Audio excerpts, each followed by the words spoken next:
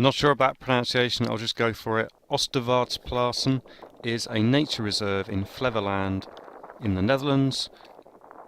I'm here in the winter. We can see giant flocks of waders flying in the distance. This is the Tower Hide, which is to the west of the nature reserve. I've been here a few times. I think it's a great spot.